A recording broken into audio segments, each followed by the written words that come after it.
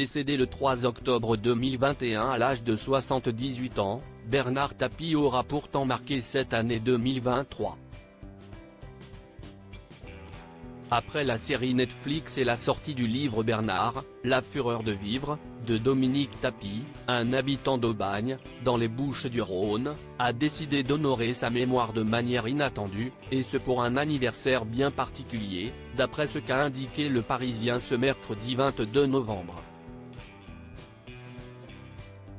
Pour célébrer les 30 ans de la victoire de l'OM en Ligue des Champions, l'atelier Jacques Flore, à Aubagne, Bouches-du-Rhône, propose cette année un petit personnage en terre cuite à l'effigie de Bernard Tapie portant la coupe aux grandes oreilles, en deux tailles, 7 ou 10 cm, ont écrit nos confrères.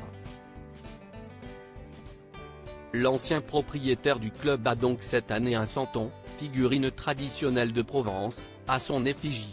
Pour rappel, l'ancien ministre de la Ville avait racheté le club marseillais en 1973 et avait signé plusieurs jeunes espoirs pour booster sa position au classement.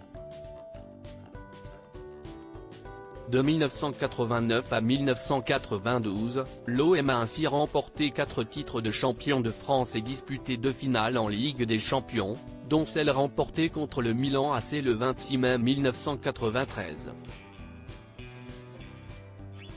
On voulait rendre hommage à Bernard Tapie qui est très aimé et très apprécié dans le cœur des Marseillais, encore plus en cette année d'anniversaire, a résumé Sandra Riche, l'épouse du créateur des fameux santons.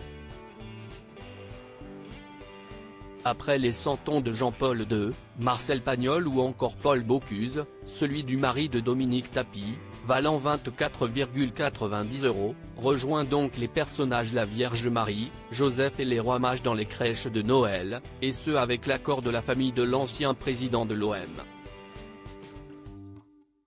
C'est un carton plein pour ces nouvelles figurines en terre cuite de l'atelier Jacques Flore, ça marche bien.